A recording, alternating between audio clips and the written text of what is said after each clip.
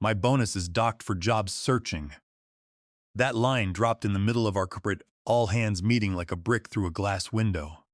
One second, we were looking at slide decks about Q4 revenue projections, and the next, Bradley Harrington Jr., the CEO's 29-year-old son and our newly appointed head of HR, was reading my name off a list like he was reading a criminal indictment. My webcam was turned off. Thank God.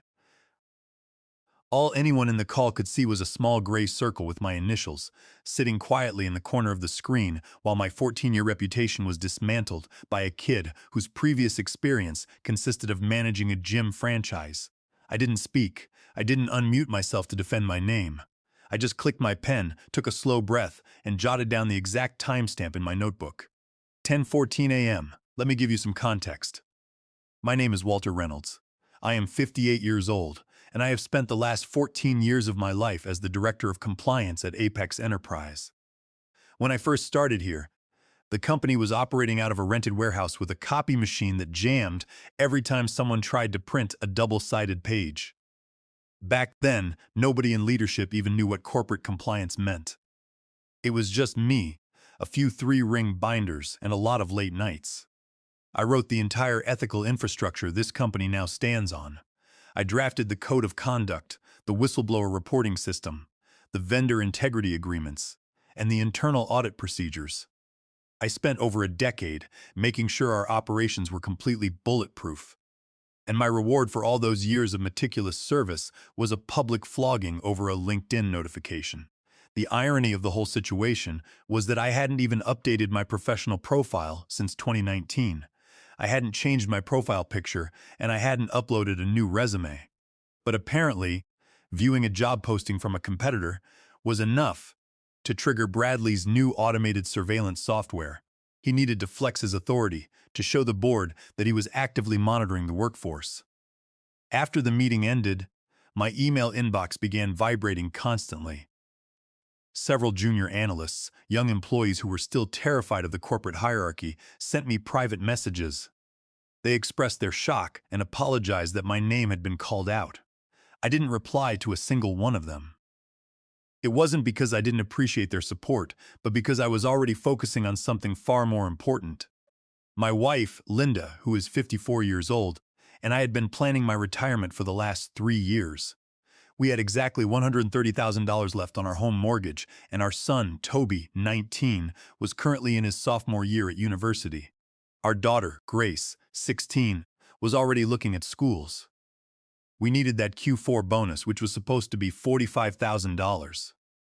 It was money I had earned through hours of testing our internal security protocols and verifying vendor compliance.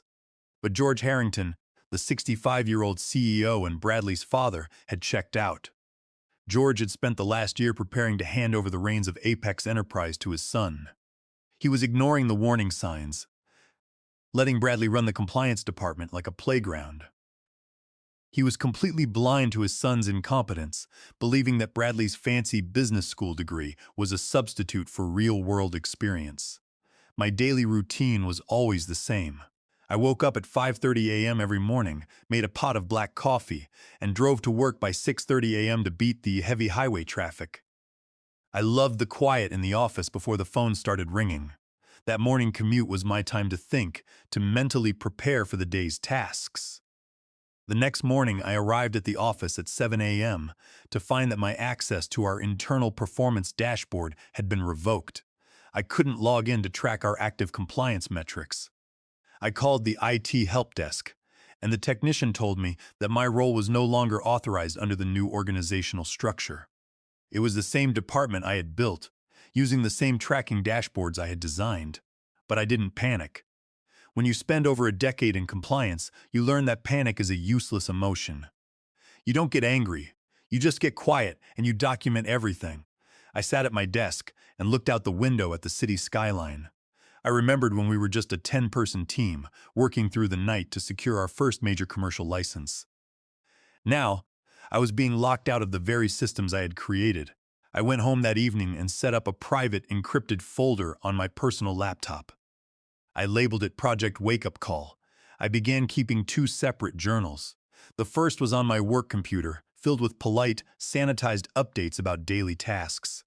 The second was on my personal machine, containing detailed notes, screenshots, and timestamps of every single policy deviation I observed. I knew that Bradley was trying to force me out. He wanted to replace me with one of his business school friends who wouldn't question his decisions. But when someone tries to burn down the house you built, you don't run away. You just stand back and make sure they are holding the match when the fire department arrives. I spent that first night logging the exact details of the all-hands meeting.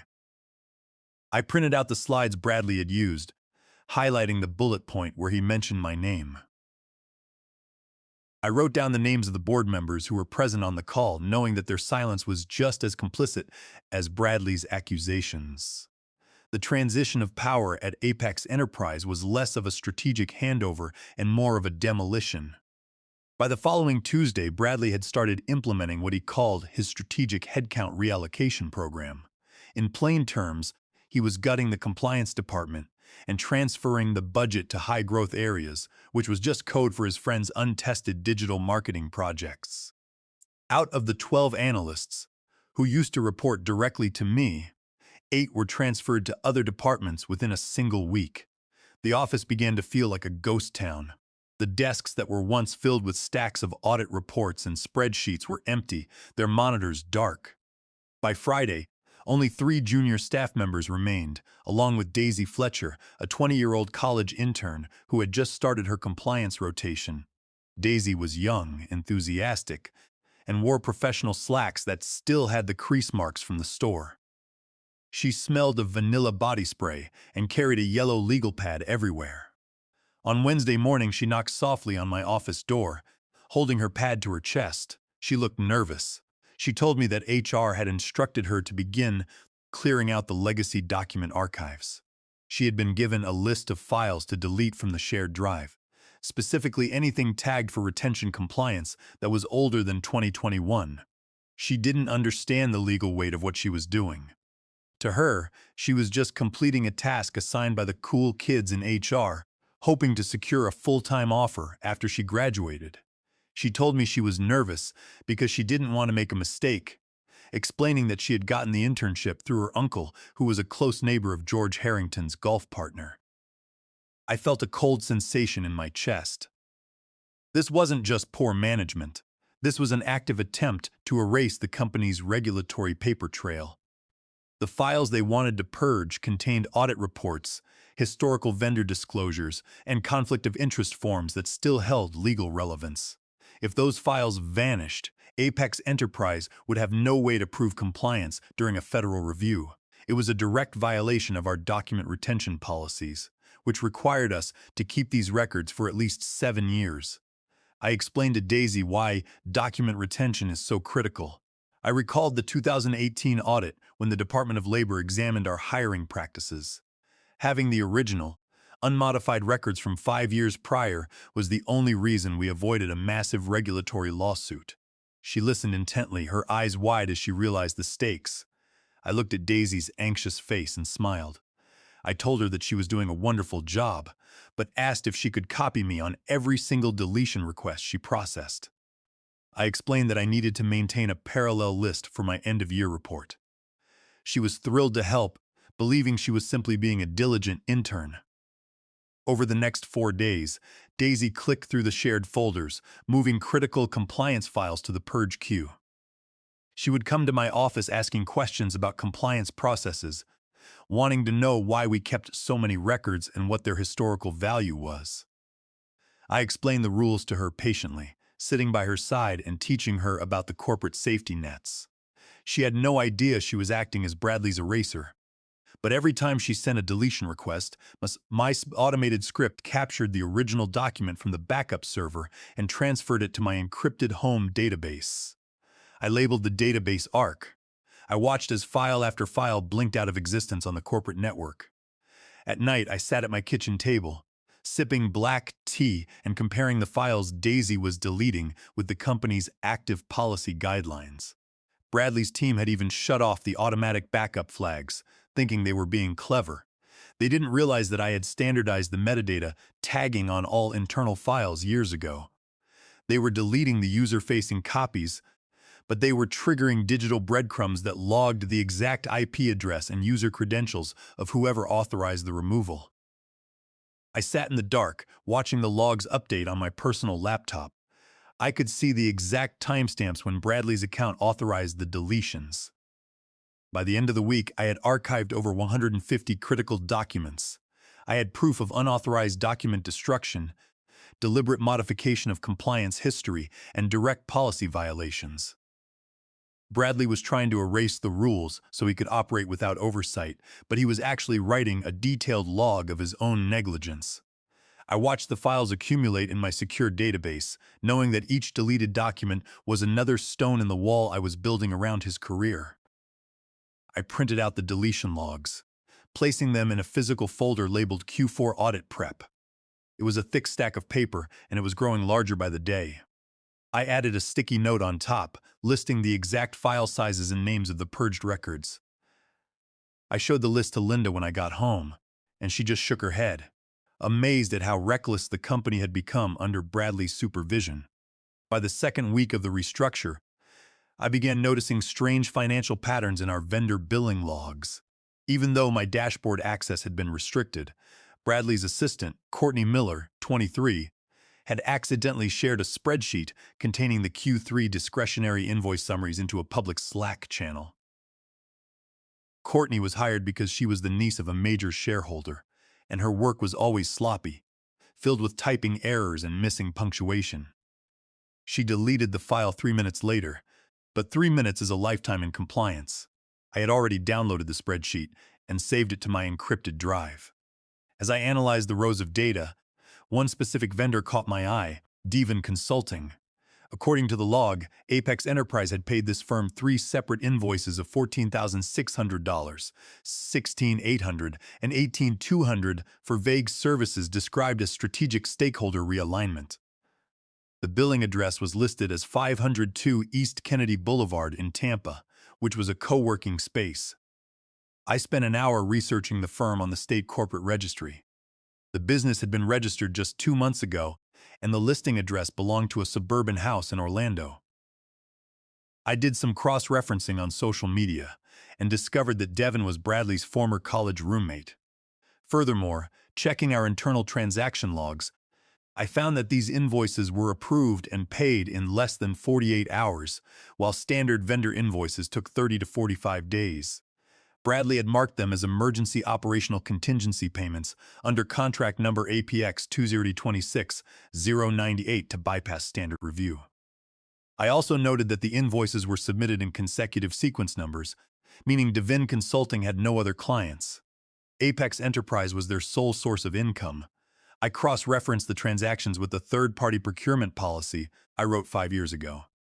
Under Section 2.1.6, any vendor invoice exceeding $10,000 must undergo a formal compliance background check and receive a signature from the Director of Compliance. None of these invoices had been routed through my office. Bradley had approved them directly, bypassing the security checkpoints to pay his friend's brand-new consulting firm for 3-slide PowerPoint decks filled with corporate buzzwords. The deliverables consisted of clip art, Venn diagrams, and bullet points about synergy. It was a blatant conflict of interest and a clear violation of procurement protocols. On Thursday, I met my longtime friend Sylvia Jenkins for tea at a quiet cafe downtown. Sylvia is 55 years old and works as a senior corporate attorney. The cafe was warm, filled with the aroma of roasted coffee and the low chatter of office workers. I laid the printouts of the invoices and the deleted files on the table. She adjusted her glasses, reviewing the documents with the practiced eye of a veteran lawyer.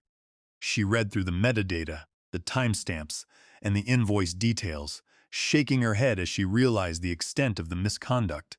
Sylvia laughed out loud when she saw the deliverables, calling the Venn diagrams absolute nonsense, and explaining that under state law, paying corporate funds for fictitious services could be considered commercial embezzlement. Sylvia explained that under corporate bylaws, any transaction involving a related party like Bradley's roommate required formal board approval.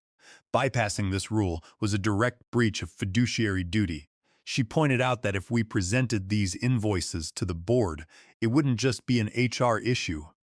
It would be a legal violation that could expose the board members to personal liability for failing to supervise the CEO's son. She took a sip of her tea, looked me straight in the eye, and told me that I held the cards to completely dismantle Bradley's career. When she reached the page detailing the all-hands meeting where Bradley had docked my bonus, she stopped. She tapped her pen against the paper and asked if Section 4.3.2 was still active in our compliance manual. I told her it was. Section 4.3.2 was a clause I had written specifically to protect employees from executive overreach. It stated that any punitive adjustment to employee compensation based on unverified employment search activity would immediately void the entire executive bonus pool for that fiscal quarter and trigger a mandatory external audit. Sylvia looked up, a sharp smile appearing on her face. She told me that the clause was completely airtight. By docking my bonus publicly without a verified, documented investigation, Bradley hadn't just violated my contract. He had triggered a self-destruct mechanism that would freeze the bonuses of every executive in the company, including his father. George Harrington's personal Q4 bonus was estimated to be around $150,000, and the board members were expecting similar payouts. Bradley's arrogance had just cost his own family a small fortune. I sat there, listening to the hum of the cafe's espresso machine, feeling the weight of the last 2 weeks' shift. I wasn't just defending myself anymore. I had the invoices, the digital footprints of the deleted archives, and the exact policy violation that would bring the entire leadership team to its knees. I thanked Sylvia, packed the files back into my briefcase, and headed home. The pieces were all in place. I just had to wait for the right moment to slide the folder across the table. I spent the evening drafting a summary memo, outlining the direct link between Bradley's actions and the activation of Section 4.3.2. The preparation for the quarterly board meeting was always a massive undertaking at Apex Enterprise.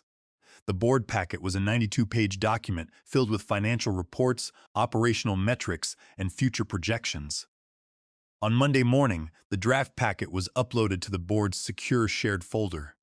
I reviewed the compliance section and found exactly what I expected. Bradley's team had kept the frameworks and metrics I designed, but they had completely removed my name from the title blocks, replacing it with Bradley's initials. They had left the compliance summaries on slide 14 and slide 22 completely unchanged, keeping my mathematical formulas but erasing my authorship. They wanted my work, but they didn't want my presence. They had spent weeks trying to portray me as an obsolete relic, a slow bureaucrat who was holding the company back, but they were still relying on the safety nets I had spent 14 years constructing. They had removed the safety guard rails to speed up their projects, but they were still using my name to reassure the board that everything was operating within regulatory limits. They were trying to build a shiny new empire on top of my foundation while pretending the foundation didn't exist. Bradley was boasting in the break room about his new compliance model, telling other managers that he had modernized our legacy systems. On Tuesday afternoon, I accessed the shared folder and uploaded one final document. It was a simple 10-page PDF titled Compliance Clause 4.3.2 Violation Trigger Examples. The file did not contain any emotional arguments or corporate complaints. It was just a cold list of facts. I formatted it using the official company template, making it look like a standard compliance report. I divided the document into 3 clear sections. Section 1 detailed the retaliatory action taken against me during the all-hands meeting. Section 2 listed the document retention policy violations with Daisy's deletion logs. Section 3 contained the Devon consulting invoices and the lack of compliance sign-offs. I made sure to include the exact dates and times of the Slack messages, the invoice numbers, and the file paths of the deleted records. Each section was backed by concrete evidence, leaving no room for speculation or denial. I even included screenshots of the system logs, showing Bradley's account accessing the deleted files from his office computer. I included the video recording of the all-hands meeting where Bradley announced my bonus deduction, the Slack logs where HR staff joked about bypassing formal investigations, and the digital metadata proving that Daisy had been instructed to delete historical files. I also attached the Devon consulting invoices, highlighting the lack of compliance sign-offs. At the very bottom of the document, I printed Section 4.3.2 in bold text alongside my signature as the author of record. Before I uploaded it, I spoke with Daisy in the hallway. I thanked her for her hard work during her rotation and handed her a formal letter of recommendation for her future career, advising her to seek a position at a firm that respected compliance. Later that afternoon, Courtney Miller dropped a stack of files in the hallway, and as I helped her pick them up, I saw the board meeting agenda, which listed Bradley's HR presentation as the primary topic. Bradley was setting himself up for a major fall. He had spent the morning ordering catering for the board members, choosing the most expensive lunch options to make a good impression.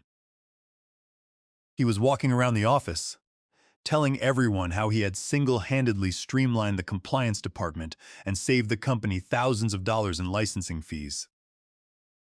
I didn't send the file to George or Bradley. They would have simply deleted it and accused me of insubordination. Instead, I flagged the document specifically for the external auditor, a man named Henderson, who was known for his obsessive attention to detail. Henderson had spent 25 years auditing defense contractors and municipal agencies, and he was known to have once triggered a full SEC investigation into a tech firm for a minor accounting mismatch. Everyone in our sector knew that when Henderson arrived, you gave him whatever he asked for and prayed he didn't look too closely.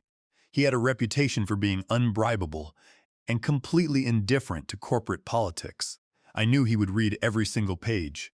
At 3:27 p.m., my screen refreshed, showing that Henderson had downloaded the file. I sat back in my chair and took a deep breath.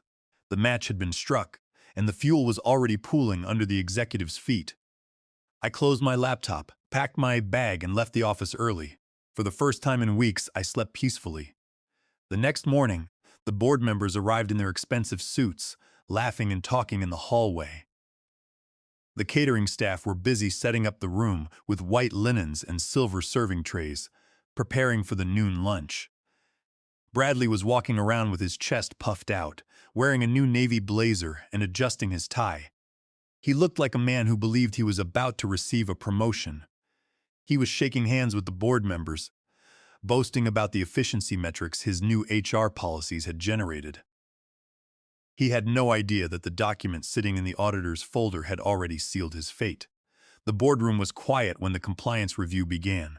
I sat near the back of the room, keeping my posture neutral and my hands folded. George Harrington sat at the head of the table, looking tired but confident. Bradley sat next to him, his notes spread out like trophies. The air conditioning was humming quietly, and the smell of stale coffee filled the room. The board members were flipping through their tablets, waiting for the meeting to conclude so they could head to their celebratory lunch. The external auditor, Henderson, cleared his throat and adjusted his glasses. He flipped through the board packet, his voice dry and steady as he summarized the financial metrics. When he reached the compliance section, he stopped. He looked at the sheet I had uploaded, let out a quiet laugh, and shook his head. The room went completely silent. Bradley's smile faltered, and George leaned forward, his brow furrowed. Henderson looked up, tapped the paper, and said that this was the most clear-cut violation of internal policy he had seen in his entire career. He slid the document across the table to George. I watched George's face as his eyes scanned the top line, then the next, and finally the signature at the bottom. His skin went pale, turning a dull shade of gray. He looked up at his son, then turned his gaze toward the back of the room where I was sitting. He looked like a man who had just watched his house collapse in slow motion. George stood up and asked Bradley to follow him into the hallway. Through the heavy wood door, we could hear the low, angry rumble of George's voice correcting his son, followed by Bradley's quiet, stuttering responses.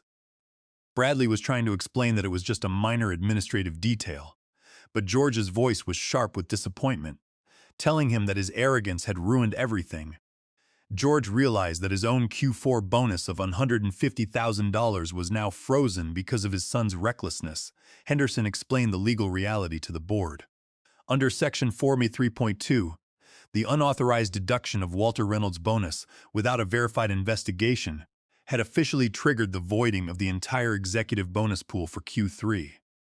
Furthermore, The evidence of document destruction and the unauthorized payments of $14,600, $16,800, and $18,200 to Devon Consulting had triggered an immediate mandatory external compliance audit. One of the senior board members, a representative of a major institutional investment fund, stood up and demanded an immediate forensic audit of all HR expenditures, stating that they would not tolerate such blatant conflicts of interest. He was a tall man with white hair, and his voice boomed across the boardroom, silencing any attempts by George Harrington to downplay the situation. The other board members nodded in agreement, their faces tight with anger. The board chairwoman, a sharp woman in her 60s, called for an immediate vote to freeze the compensation committee's authorizations.